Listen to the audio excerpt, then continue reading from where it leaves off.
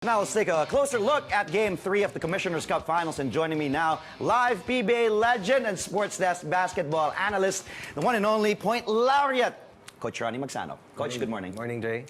Coach, back-to-back blowout wins for San Miguel. Actually, nung halftime, kala natin ito na yung dikitan eh. Oh, up by 2 points lang. But does this result surprise you? Bumulusok na lang ng third and fourth quarters yung Beermen, and then 38-point win for them. Hindi ako nagtaka na merong isang team na umarangkada. Mas nagtaka ako na hindi nakasabay yung Ginebra because in the first two quarters, unang arangkada Ginebra, bumalik yung San Miguel, umamang San Miguel, bumalik ang Ginebra, courtesy of Magsanoc. But in the third, San Miguel's offense was in full throttle, and I thought that scoring 39 points and limiting Ginebra to only 21 was the biggest turning point. Kadalasan kasi isa, dalawa o tatlong runs tapos nakakabalik. Pero ito, bihira sa isang napakahusay na coach si Coach Timpo na hindi maka-adjust. But I thought that the players of San Miguel really played collective excellence na ang hirap tapatan dahil all in all, isa lamang sa starting unit ng San Miguel, ang ng Ginebra, ang nasa double figures. At yan ay si Justin Brownlee. Si Mark Caguiwan na lang yung pumalo sa double figures. We talk about just offense versus offense ng Ginebra at saka ng San Miguel. Ano yung napansin mong nagbago, Coach? Dahil nung, yun nga, dikitan nga no first half, and then second half, bumulusok nga sa mo full throttle yung opensa. May ginawa bang adjustments or yung depensa ba ng Ginebra? Ano ba yung nakita mo nung second half? Bakit all of a sudden, whoop, biglang kumawala na yung San Miguel? Para sa team ng San Miguel, I thought that Balkman controlled every facet of the game. Ang husay ng game management niya, rebounding, depensa, pagmamando, babagalan pag kinakailangan, kukunin yung rebound, tatakbuhan niya yung kalaban. And then it was also Chris Ross who had 3 3-point baskets, who shot about 8 all in all or 7 all in all. And those two players were the biggest difference doon sa third quarter. But defensively, I thought nagkaproblema ang Ginebra sa pagbaba sa depensa, sa matchups, dahil ginawa na ng paraan ni Coach team si Alex Ang pinabantay na niya si Justin Brownlee. He scored only 9 points but still finished with 8 assists and had the third biggest plus-minus among all players without scoring in double figures. 6 na players in double figures, pang 7 sana siya, 1 point away. Yet, he was still the third best in terms of efficiency rating. So, paano mo susolusyonan? Simply means you have to play better as a whole. Dahil sa ngayon talaga, after that first game win by Ginebra, I'd say na bumaba individual performances. Justin Brownlee, nandun pa rin Kaya lang talaga kung mag-isa ka rin, after missing only 5 attempts in the first 2 games, he missed 8 yesterday dahil siya na lang yung binabantayan eventually. At pagdating sa dulo, tao rin lang, napagod at kinapos na. Nabanggit mo nga si Chris Ross, Coach, dahil nung game 2 nga, si Alex Cabagnot, career high. Ito naman yung Chris 33. Ross. Biglang nag-init yung Chris Ross, especially in the third quarter. Nagpakawala ng tres. There was even 1 point na sunod-sunod. As we take a look at his numbers here. Game 1, just 4 points for Chris Ross. Right. And then game 2, 0 of 1. Wala nga na-score si Chris, but had 5 assists, 3 rebounds. But game 3, 23 points. He was 7 up for 13, 7 boards, 5 assists, 4 steals. Brilliant game for Chris Ross. There was even a time na tatlong sunod-sunod sa third quarter. But he scored 10 points right away at the onset. Dahil ang game plan ng Ginebra, since they cannot stop everything and defend everyone, magbibigay ka ng tira sa tingin mo na hindi kayang tumalo sa'yo. They played the percentages because Alex Cabagnot hurt them big time from the first to the fourth quarter. They gave up the shots kay Chris Ross. Ang problema, pagbukas ko pala ng telebisyon, tumama na si Ross. Tumama ulit. Lumayap ng 2 sunod, tumama ulit. Meaning, all of the points that were not scored by Alex Cabagnot because of his explosiveness in game 2, nakuha na ni Chris Ross. Ang problema ng Ginebra, ganun ulit yung gamble nila sa third quarter. Si Chris Ross ulit yung tumama ng 3 sunod-sunod na tres, and eventually hindi na sila nakabalik after nun. Pagdating talaga sa Commissioner's Cup, Governor's Cup, at syempre, Coach, alam mo, kasi yung All-Filipino, solid talaga ang San Miguel Ito si Ronaldo. Sobrang solid. Ito yung Ronaldo Balkman, sa kanya talaga naka-anchor. Makikita natin yung kanyang numbers. Sabi mo nga, pinuri mo siya yung last night kasi he was doing everything, literally, for San Miguel. And even sa timeout, sa huddle, talagang sinisigawan niya yung mga teammates. I mean, in a good way. Yung leadership niya nandun. He showed that he really wanted this game more than anyone. 28 points, 11 boards, 5 assists in Game 3. But stellar numbers, Games 1, 2, 3 for Ronaldo Balkman. For him, it's not just winning it all. It's about redemption, no? Yung pagbabalik niya sa Pilipinas through Alab Pilipinas, may plano siya At yung plano niya will only be complete if he wins one for San Miguel. It's talk about unfinished business. It's all about winning the championship here in the Philippines. his second straight crown here in the Philippines. But I feel it balls deeper than that. It goes deeper than that. And it's all about closure para dito kay Balkman. And he's doing it by playing the best way possible in all the stat department. Pero sabi mo nga yung liderato, yung leadership, pambihira eh. Grabe. Tatakbo pag kinakailangan, tatalon pag kinakailangan, i-score pag kinakailangan. Knowing how to win, understanding when to step on the gas, yun yung mga hindi mo na ituturo pero bagay na alam na niya. Dahil alam mo, you have to go back to his NBA years. He's a first-round draft pick by the New York Knicks. Hindi offensive player.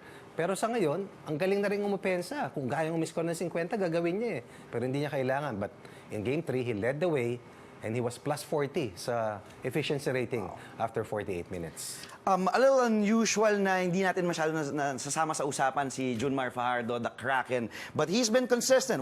Probably one of the most consistent players of San Miguel here in the finals. Pero medyo under the radar kasi hinipe ng todo yung the Kraken versus Greg Zilla na matchup. Tama naman. And so far, Tama naman. the Kraken has been dominating that. Your thoughts on Junmar as we take a look at his numbers here? Well, I thought that it took him 48 minutes to solve the Greg Slaughter puzzle. Under the radar, hindi. Parang naging kasing sobrang consistent itong malalarong ito. So every game that he brings his A game, parang dapat lang. Kinakailangan. Kasi sanay na. Pero tanggalin mo si Junmar, napakalaki ng mawawala. Nandyan si Junmar playing his best, napakalaki na constant para kay Coach Leo. Gaano kalaki? Yan yung mga numerong yan, ang hirap gawin yan. Pang-tatlong players yan eh. At hindi nakasabay si Greg after his Game 1 explosion. And that's why San Miguel is ahead by a game laban sa Barangay Ginebra. Barangay Ginebra suffers its second straight blowout in the finals of the Commissioner's Cup. The Gin Kings lost to the San Miguel Beermen in Game 3 by whopping 38 points. And we still have with us PBA legend and sports desk basketball analyst Ronnie Magsanoc. And we now have with us our correspondent, Miss Pauline Verzosa. Hi, Pauline. Good morning. Good morning. Welcome back. All right, Coach Ronnie, pinag-usapan natin kanina ng San Miguel and ito, Ginebra. How do you suffer back-to-back finals losses here? And considering nung first game, they dominated that game and then 2 straight blowout. Ito, laki talaga, 38. Sigurado ko nakita na ni Coach Tim yung nangyari sa Game 1, kung paano sila nanalo. At naintindihan na rin nila kung paano sila tinalo at binawian ng Game 2. Ngayon, ang marahil hihimayin nila kung bakit nakasabay sila sa first 2 quarters at kung paano kumawala in the last 2 quarters yung San Miguel. Yung fourth quarter, parang mahirap na yun eh. Kasi 39-21, third quarter counted. So yung 12 minutes sa third quarter, yun ang titignan mo. Ano nangyari? But more than yung ano nangyari, bakit nangyari?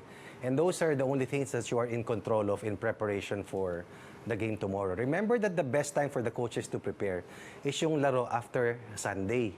Kasi yun lang yung may 48 hours ka to prepare. After that, 24 hours na lang. Walkthrough na lang yan. Hoping na yung mga players mo nakatulog para maintindihan yung paliwanag mo. Madalas, aasa ka na sa talino ng players mo saka sa tapang eh. Yung will to win, dun ka aasa. So, I think they'll be ready for the Friday game. And I know that they understand that being down by 3-1 in a 7-game series is going to be disastrous for their franchise. Pauwi, I remember after Game 2, Coach Tim Cone did say that he felt humiliated after being blown out by San Miguel. And I heard, he even tried to sneak out of the press conference to avoid the media. Talk about the mood of Barangay Ginebra. Did you see the players? Did you see Coach Tim? And also, did you speak to any of from the Ginebra camp? Actually, in Game 2, he did try to avoid the media, but he wasn't successful. We were still able to pull him to the press room, but after Game 3, he just totally avoided any members of the press. After the dugout, he refused to come to the press room, but on his way out, he briefly said that they were embarrassed once again. And he even said that San Miguel is just too good for them. So the players, they also avoided the media. Everyone just looked subdued after that blowout. Well, Coach Ronnie, I think normal yun eh. Yung gano'n na back-to-back losses. And they have to regroup, ika nga. Was Ginebra, in your opinion, kung baga na-address ba nila yung mga issues nung mas lumala pa this time around sa Game 3? Ano ba yung issues na nangyari laban sa kanila dun sa Game 2 ng pagkatalo? Poor start. Scotty and Greg Slaughter did not begin the game for them. In-address ni Coach. Inasok niya yung dalawang regular starters niya, Scotty saka si Greg. They had so many turnovers in the first quarter of Game 2, yun din na nangyari dun sa Game 3. Eventually, even after winning the fast break numbers, they lost the turnover points count. So, na-address ba nila? Oo. dahil nabawi nila sa fast break scoring. Ang problema, nagtuloy-tuloy sa third quarter. But if there's something that they have to be better in right now, I think it's on the defensive energy side. Dahil kung opensa laban sa opensa, San Miguel has proven that they have the better roster power simply because of more offensive weapons. But defensively, dyan master si Coach Tim sa defensive schemes, sa matchups, because right now they're losing the matchup battle. They're trying to shut down one player from San Miguel, but someone is exploding. Yeah. So, as coaches will always tell you, you cannot defend everything, you cannot stop everyone. But it has to be better because there's a surge, and that surge, nagtutuloy-tuloy. Dahil I'm sure na ang tema lang na gusto ni Coach Tim, ganyan to give yourself a chance of winning in the end. But anytime gumanon, San Miguel, kumbaga, banderang kapos ka, daming kabayo Kumbaga, parang pick your poison na nga lang ang nangyayari. Yun talagang gagawin mo. Kaya lang, hindi naman pwedeng, hindi mo masusolusyonan dahil 3 timeouts ang tinawag niya in a span of 3.5 minutes last night. Wow. Okay. Punta naman tayo kay Latiniente, LA Tenorio, who is, of course, their leader. But medyo hindi pa masyadong, tingnan natin ang numbers ni LA, hindi pa masyadong umiinit si Latiniente in the finals. 9 points, 8 assists in 32 minutes in Game 1. 13 points, 7 assists. In 37 minutes, he was 4 for 15 from the field nung second game. And then last night, 5 points for LA, 2 for 4, only 2 assists in 24 minutes, Coach Ronnie. And those 5 points happened in the first 7 minutes of the first quarter. After that, he was blanked. Ang mahirap sa San Miguel, kung titignan mo si Alex, si Chris Ross, maski si Lassiter, titignan mo offensive weapons Although Ross is a thoroughbred defender. But when they play tough defense, ang hirap iskuran ng mga yan. Ang sisipag, malalakas ang katawan, at sanay sa banggaan, sanay sa finals marunong manalo. This is something that LA has to solve. He is smaller compared to the 3 guards. But he has to find the way. Walang ibang paraan You have to find a solution. Score ka ba ng maaga? Atake ka ba ng maaga? Titira ka ba ng mas marami? But you have to throw caution to the wind because right now, you have to do something. Hindi naman pwedeng ganun rin lang ang lalaroin mo Kailangan siya Siya yung susi. At saka may iniinda si Japet So, hindi kompleto ang kabayo, kailangan gumalaw ang iba. Because if you just sit still, chances are, tapos ang serye. Ngayon punta naman tayo sa mga big men. Let's start with Joe Devance. His performance has been going down. 20 points no Game 1, 16 in Game 2, and then 7 in Game 3. Why do you think, Coach Ronnie, Coach si Joe Devance, medyo nagsastruggle nga, pababa na yung kanyang performance kasi isa sa mga locals who can dominate for the Gin Kings. There's a reason why Coach Tim Cohn brought over Joe Devance after winning a Grand Slam sa team ng Pure Foods, di ba? He made it a point to bring over Joe Devance after about 1 or 2 conferences when he moved over to Ginebra. Matalino, talagang ang bigat ng championship pedigree, and very rich playing experience. He was a matchup problem para sa San Miguel sa Game 1 na panalo ng Ginebra. Pero ngayon, iba yung ginawang matchup ni Coach Leo. They're forcing him to post. And I believe he'd rather stay outside than attack inside. He's more of a perimeter playing big man. And that's why his efficiency has gone down from Game 1 to Game number 3. If you take a look at the points, so kumbaga parang binibigyan ka ng mirage na pag kinagat mo, tanggal yung effectivity mo. And that is something that has happened. But I'm sure Coach Tim will take a look at how we can exploit that mismatch that they have without the efficiency of Joe Devance going down. Of course, worry pa rin naman ang San Miguel sa kayang gawin ng Ginebra. Oo naman. Syempre, and of course, with Coach Tim Cohn at the helm and with all the pieces that the Gin Kings have. Pawi, despite San Miguel's dominant performance, may issues pa ba itong si Coach Leo with San Miguel? And is there still something that he wants to address with his team? Well, at this point, I think wala naman. I mean, after that game yesterday, Coach Leo did say na he's really surprised na blowout games yung final series nila. And he even called it as weird. It's a championship series, so he didn't expect this. But he just gave credit to his players for showing a lot of heart, knowing the importance of each and every game. They're just 2 wins away from winning the whole series. So, wala, they have it in their, parang kumbaga, they don't really have to worry about anything. But if there's anything they have to worry about, it's overconfidence. So, but he trusts that his players, won't fall into that. Yeah, kumbaga hindi sila magiging complacent. Kasi ika nga ni Coach Leo, they are self-motivated. And when they are self-motivated, mahirap talaga matalo tong San Miguel. Thank you again, Coach Ronnie and Pawi, for being on the show as always. And I will see you both sa next time after the next game. Okay, thank you. We just had our correspondent, Pauline Verzosa, and PBA legend and sports desk basketball analyst, Coach Ronnie Magsanoc.